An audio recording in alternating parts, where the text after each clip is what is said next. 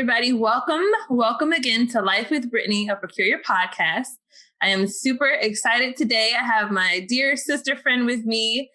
She is a jack of all trades, folks, okay? She is a flight nurse with the Air Force, a philanthropist, founder of #3foundation, and just all around beautiful soul. We're going to get to know her a little bit better today.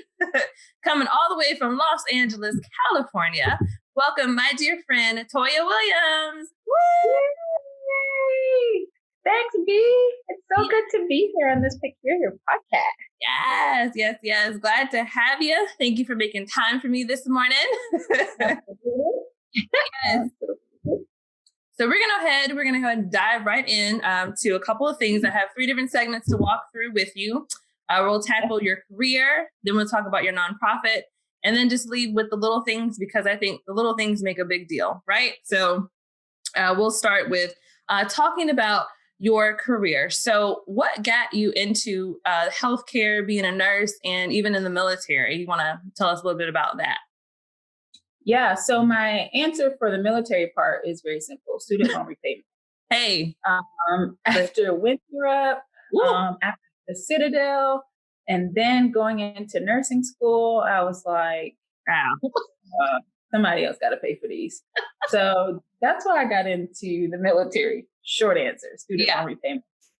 And then, of course, everything else that comes with it that I later found out. But for nursing, nursing wasn't on my radar until I got to MUSC to do my internship. I started in exercise physiology. That's what I got my degree in. I started at Winthrop in biology, and freaking botany took me out. Learned about plants, and I still can't. My succulent is dying. So I knew botany was not my thing. So that made me switch my major to exercise science. And then on, I did an internship at MUSC in exercise physiology. And I was training one of the professors at MUSC from the College of Nursing. And she was like, I think you'd be a good nurse. And at the time I was working as a tech in the CTICU, a CNA. Or nurse tech. And so I was like, I do kind of like what they do when I'm there, and I want to know more. So that's when I applied and got in. And I remember I was sitting, cleaning up something, finishing something, closing up a patient's room at the very last room on the left side of the unit. And I got an email saying, congratulations, you have a $10,000 scholarship to nursing school from the Robert Wood Johnson. I'm like, is this a fraud? And, this can't be real. Yeah, surely people just don't drop. And I didn't even apply for this. So I had no clue where it came from. But, oh my gosh. Yeah, it was confirmation, like you're on the right path. You're doing okay, on the right path. Mm-hmm. And so that's how I got into nursing school. And then from then on, it was Duke, and then it was travel nursing here in Cali. That's awesome. That's great. You never found out where that came from? No, I think so. The Robert Wood Johnson New Careers in Nursing Scholarship, it's a whole foundation. Okay. And I think they're based on trying to get diversity and different colors and backgrounds into nursing. Mm-hmm. And I believe it may have been something on my application, or me being Black and I bring more color may have been something that the people that saw my application then applied me. It was favored. I don't even have my Okay. Hey, a combination of those things. Wow. Yeah. That's that crazy. Was really cool. Yeah. So you mentioned, being accepted maybe because you're Black or different things like that. So being a Black woman, beautiful Black woman in healthcare, what are some of the challenges of being Black in healthcare as a nurse, and what are some advantages? Challenges. Not being heard. Mm-hmm. Or when you walk into patients' rooms sometimes, or when you walk into like rounds, it's feeling absent. It's from both ends, from the bedside and from your peers, and feeling like what you bring isn't valued, or that what you say isn't an asset to what's happening. And it's the same things with being a patient, I think, is not being heard, or feeling absent, or feeling like what you know is less than what others know, or your white counterparts know. So walking into a patient's room, and because you're Black, they kind of don't think you know what you're doing that day, or they think their care is going to be subpar. Or when you step into rounds with doctors and other interdisciplinary teams, what you have to say is a little different. So it's this sense that you have to step in and hold your head a little bit higher. You have to stand on a more firmer ground. You have to kind of make your presence known. And when you speak, you have to be assertive. And when you speak, you have to be confident, versus someone who's white or not Black. Their presence is enough to convince their patients or others that they know what they're doing. And that amongst many other challenges, but that's one in particular, which is not being seen or valued, or that what you have to say is less than what they have. How do we overcome that? I mean, I know that's a big question to answer, but what do you do? One thing, ironically enough, that I have an issue with is being confident. And it's not that I don't know, but I am not an assertive person. I'm not, if you feel like you have a better answer, I'm not one that's going to step over you in order to make myself seen. And I think we as Black people have a place, and we can't allow that feeling of others trampling over us to shadow what we bring to the table. And I think that confidence is something that we all need to work on in order to make ourselves more valued, and for people to see that we do have something to bring, and we are equal. Okay, so, right. Yeah. Time you have to work so hard that sometimes you're like surpassing people, and you're still not seen as someone that brings that value. So confidence, stand firm in what you know. Yeah. And in anything, do that. Yeah, for sure. So what are some advantages, do you think? Because people notice Black girl magic, and they just acknowledge it. On the contrary, like, hello, it's like, no. Some advantages is when you're that camaraderie, when people do recognize you, or if you do when people see you and they're like, oh shoot, she isn't an angry Black woman, or oh shoot, she does know what she's talking about. Unfortunately, at times it takes that convincing, or for you to have a conversation, and for them to take their blinders off and see you for who you really are. But there's such a beauty when people see you and they don't look over you or past you. And when your patients realize, like, this nurse has got it. Like, I like who's taking care of me, and I know that she has my best interest at heart, and that she's not in here giving me subpar care. So it's when they see you. Yeah, I will. No, go ahead. What were you saying? No. When they see us, like the movie. Yeah, when they truly see you. Yeah, I will also say, just for me, just as being a patient, to see, not that I have anything against my, any other race of being in the medical field, but when I see a Black woman coming in to take care of me, like, that's just like, you see somebody that looks like you, that's just, it's comforting, it's reassuring. It's like, you kind of already have that little connection. So, I mean, even if you're going and you're already concerned about whatever's going on, and so you see someone that looks like you, that's beneficial. So for me, that's an advantage, just to have people like you to come in the room and like, oh, you can kind of have a woo-saw moment, like, okay, So that's pretty cool. And why is that? Why does it have to be? I don't know.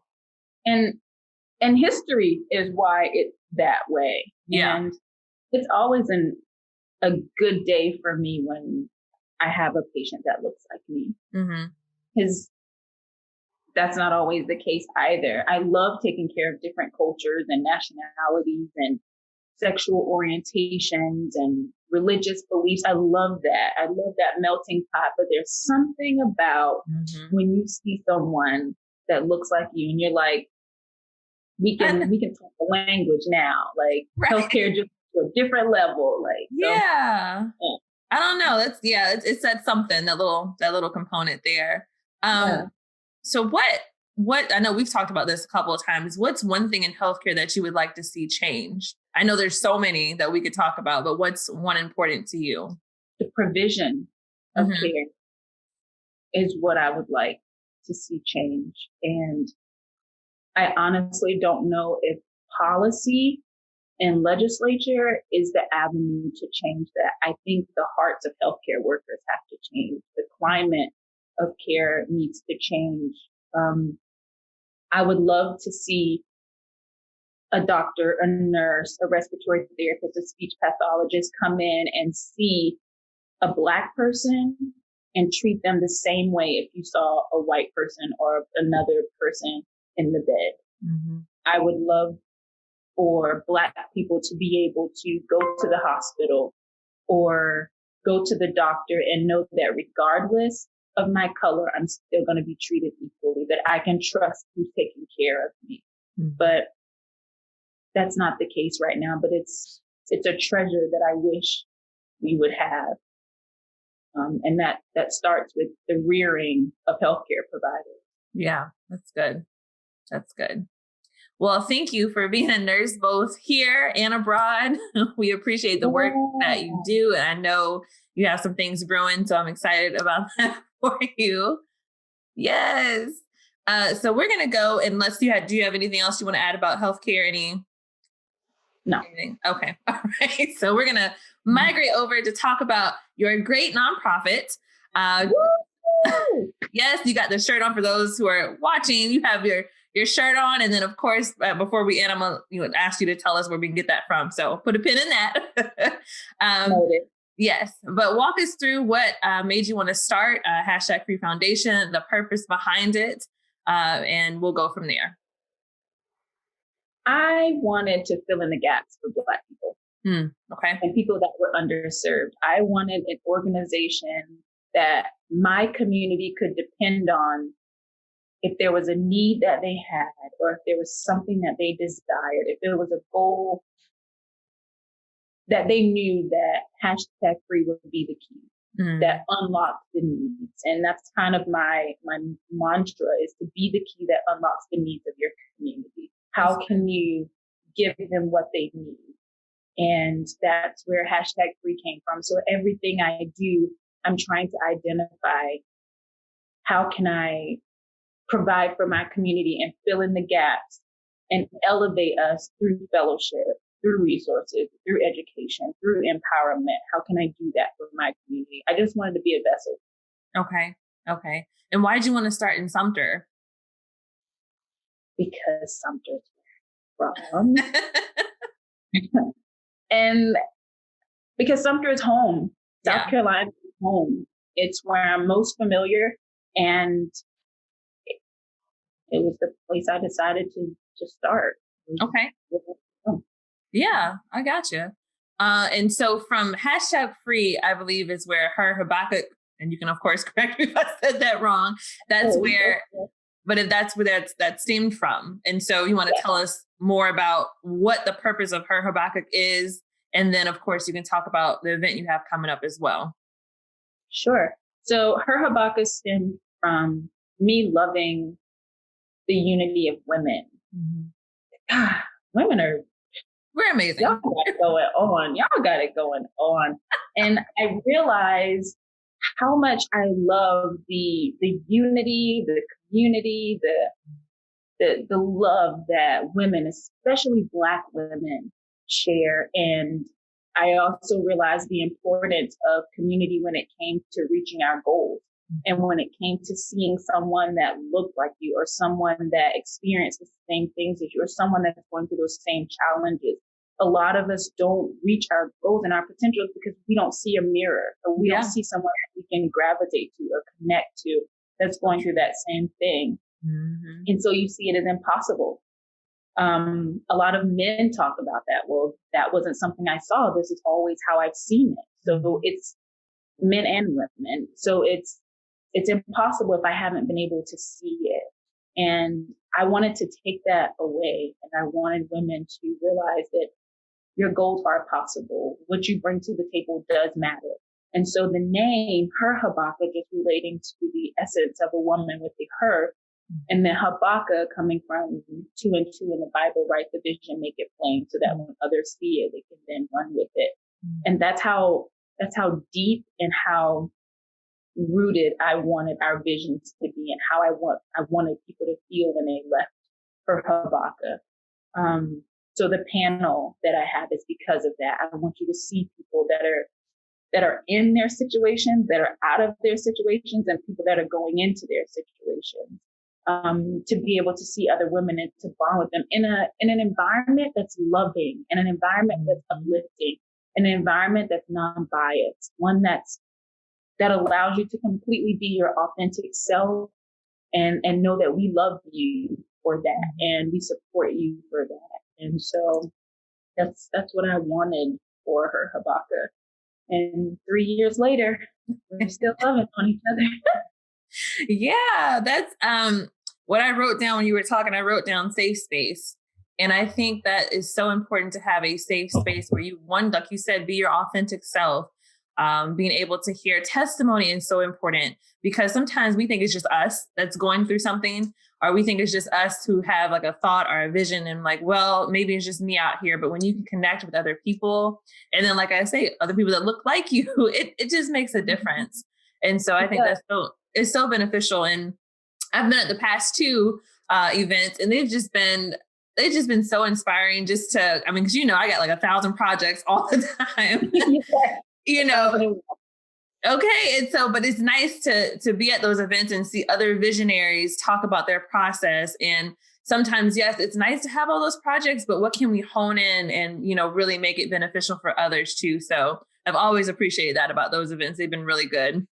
So you do have an event coming up next week, the 19th. Yes.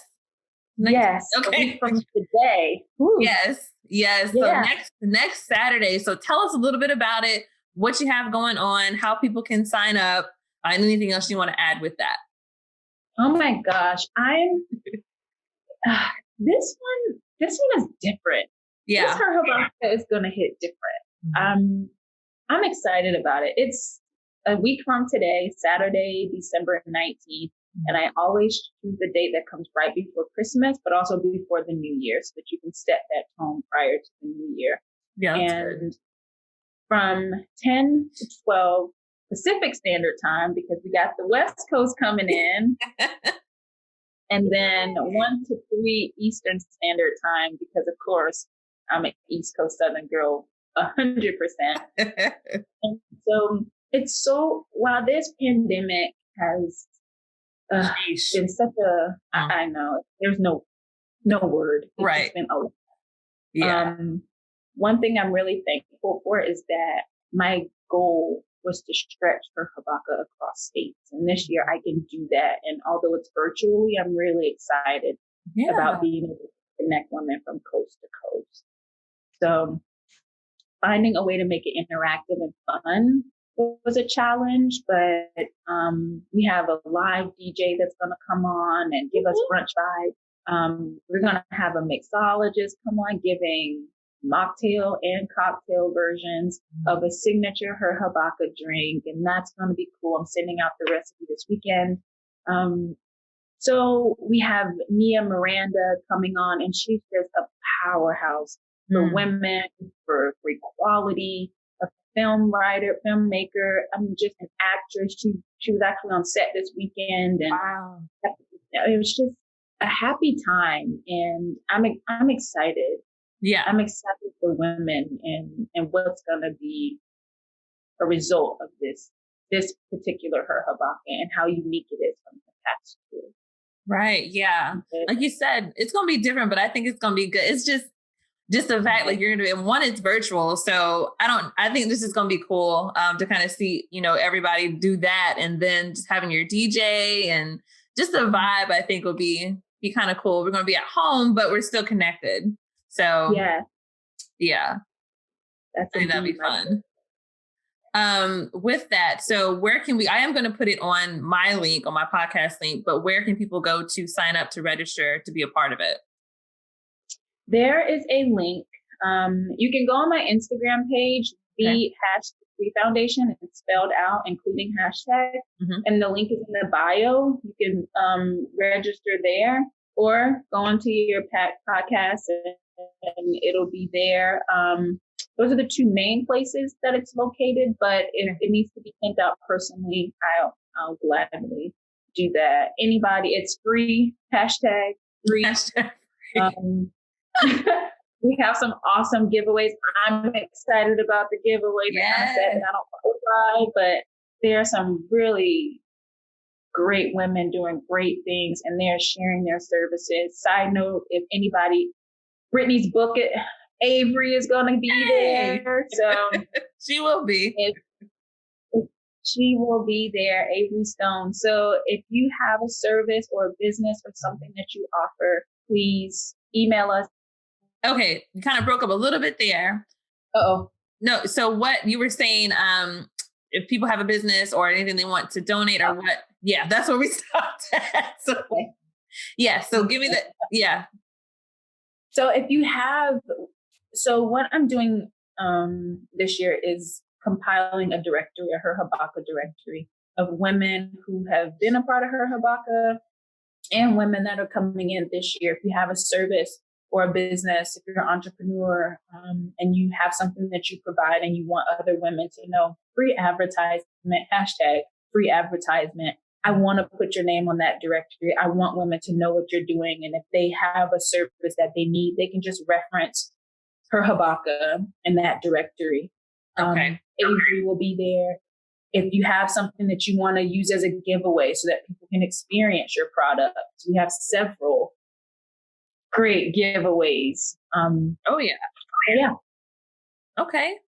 Sounds good. And like I said, I'm gonna put all the information in so that everybody can have that as well. So my last question for your nonprofit, what do you see for #FreeFoundation? What do you hope to see?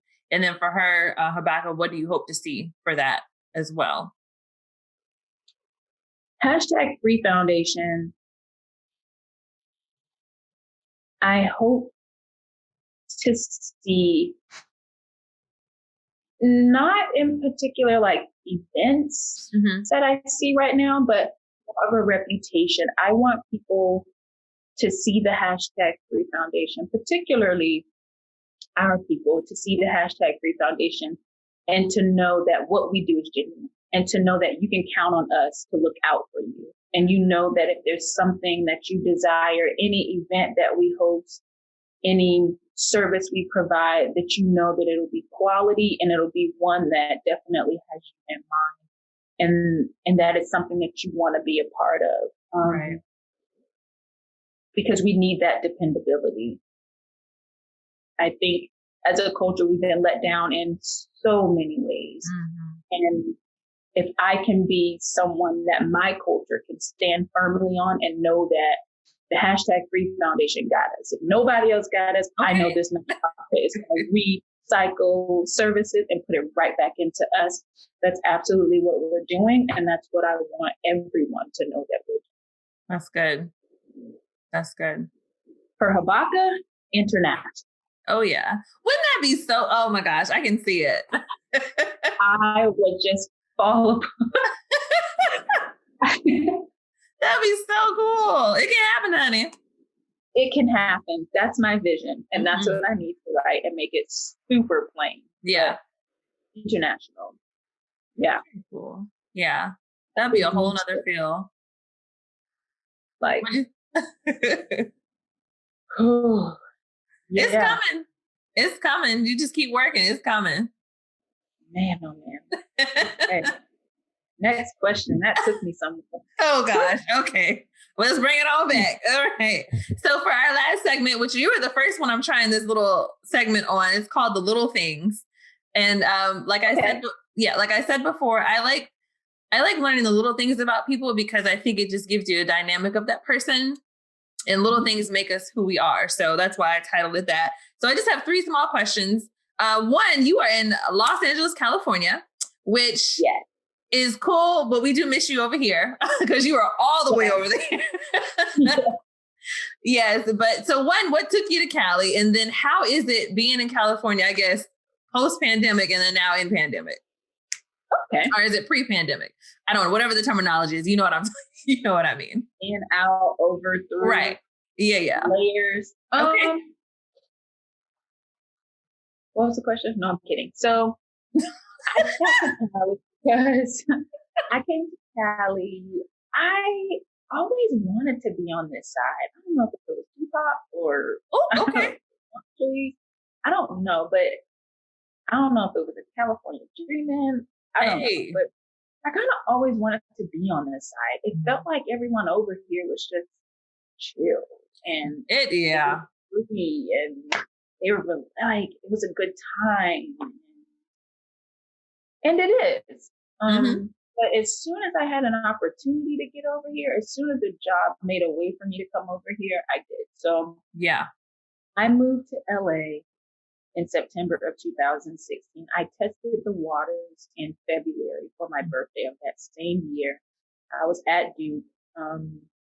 And then I did my first travel nurse assignment in Charlotte. And then once I did that and got my feet wet in travel nursing, I came straight over to LA. Yeah.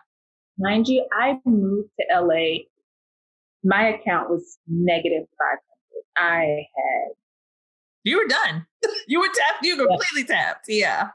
I had no money when I came over. I had negative money when I came over here. But I mean, tying back into Herhabakkuk and having a vision of something you want for yourself, that's why I came over here, because I felt like if I moved to California, I would be able to plant seeds. I'd be able to reach my goals. I would have the resources I needed to be more successful. Yeah. And to be able to take those resources back to the South. So I moved over here. Wow. So I would get what I needed in the South. Yeah. That's so good. I mean, sometimes you gotta not telling anybody to just up and quit their job or to do whatever. But sometimes when you feel that though, when you feel that thing, you got to act on it. Otherwise you're going to regret it. So I completely understand doing that. So what's your favorite thing to do in California? Drink wine and be merry. That's everywhere. Part of it. My favorite thing to do is be outside. Yeah. I know the weather's nice. Yeah, it's just, I love going to the beach. I like just sitting there. There was one time I went to the beach and I just kind of laid there. I must have been in a really awkward position, but I was just soaking up the sun, and I wasn't in bathing suit or anything, not soaking up in that sense, but just gaining that solar energy and having that ability to just drive 10, 15 minutes down the street and listen to the waves. And there are just so many opportunities to level out here in Cali, be in nature, be a fun thing, being outside. I love that about being here. And I can drive north and look to the mountains, and I can go south and look to the oceans, and just being able to have that reach is really powerful. So I love that about it. So we're going to move on because I'm getting super jealous. Whatever. Sheesh. Oh, man. Yeah, I can't. I mean, I've only been to San Diego, but when I was there, I was like, oh, this is life. Oh, it's just so pretty. San Diego. Yes. So nice. Yeah, we went, I can't remember what we went for. My dad was we went to the Navy base out there. So that was cool. Huge that was over there. Yeah, it was so nice. So I can't wait to get to LA soon, hopefully. Yeah. Hopefully soon. So after COVID. Right. Oh, right. Exactly. So moving on from that, my next, I don't know, this is a question. So you are known, if people don't know you, you are a dancer, true and true, whether you are being in your professional mode or you hear a melody, whether it's playing or not, you are that dancer. Right. And I love, and not in a creepy way, but I love to watch you dance because you can see like when you just see the joy when you do it, it's just like, okay, I got to groove with you because you just, you just give that vibe off. So did you ever want to be a professional dancer? I did. I Yeah. did. I remember thinking about trying out with the Hornets Wow. or 14. I was pretty close to that, but my car broke down on the day of tryouts. I have a picture of my car on the back of the truck. Yeah, that was tough. And then Juilliard, like Save the Last Dance and Juilliard, like I thought about those things, but ballet wasn't it? Wasn't really my thing. No, I liked it. I didn't love it. So those types of dance genres I wasn't really into, but I did. I thought I was going to go to school and major in dance. The dance team is actually what sold me on going to Winthrop. Yeah, I was going to ask you. Yeah, how did you get on the dance team for Winthrop? I tried out off of You by Lloyd. I made up my own dance. I made it up in my dorm room. Yeah. And I remember at tryouts, I opened up and I messed up and I was like, can I start over? Oh gosh. So I had to start over because it's so different when you're practicing your dance in your dorm room and now you're on a basketball court. And I was like, I need to start over. The rooms were super small. So. Yeah. So I was like, can I start over? And then they let me on the team. It worked out. It did. And I was on the Winthrop dance team the whole thing. Wow. Mm-hmm. That's cool. Interesting how where life takes you, all those experiences. Yeah.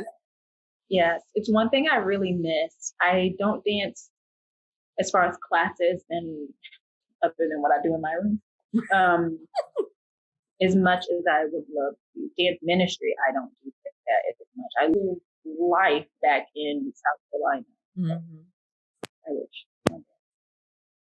I know I haven't, I was praise dance too and mimed as well. It's been a while. I don't even know if those robes fit anymore. Like it's been a long time. Make sure everything's still in place. Okay. I know, but yeah, those are great moments. I'll always remember those too, for sure. All right, lady, last question for you, because I know you're a busy woman. Since you are a go-getter, entrepreneur, like I said, jack of all trades, what is some advice that you would give to those who are on the fence about maybe starting that business or starting a nonprofit or just stepping out into what they feel they're called to do? What's some advice that you would give? This is a phrase that I say, and I have to even remind myself, but it would be, you lack nothing. That's good. And that's it. Absolutely nothing. Everything you need to be who you've been called to be. That's the difference. Who you've been called to be, you have everything you need. You just have to open your mouth or open your heart or open your hands. And if it's for you, God will make sure that you have everything you need in order to make that a reality. That's so good. There's nothing that you don't have to do what it is you've been called to do. You lack absolutely nothing. That's it. That's a drop the mic moment right there. Seriously. Okay. Don't drop that tea. Don't do that. But no, I think just getting that, and that sounds so simple, but that's a really hard concept for people to grasp. But I think that's super powerful though. So yeah, disclaimer, it's not as easy to do as it is. It's not as easy to do as it is to say. Right. Right, exactly. Once you step into it, you got to go. You got to push yourself to keep going through it.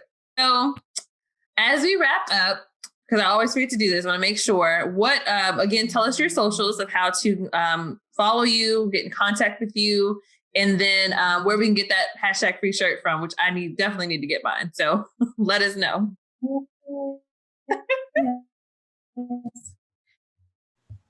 All right, now give us your socials. Okay, so hashtag free foundation. #thehashtagfreefoundation, all spelled out on Instagram. The same thing with Facebook at #thehashtagfreefoundation. On email, it's just #freefoundation@gmail.com. Okay. T-shirts, you can DM website that you can order them from. Our website, www.hashtagfreefoundation.org. Okay. That works. And I'll make sure I'll get all that from you so I can put all that in the description and then put that on my Instagram too so we can have that. Mm-hmm. Yes. Well, that is all that I have. Thank you so much again for taking the time to be with us this morning.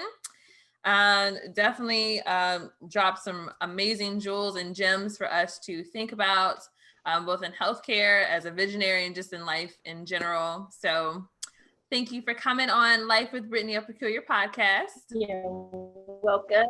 Thank you. Yes. All right, everybody. Until next time, y'all have a good one. Bye, guys. Bye.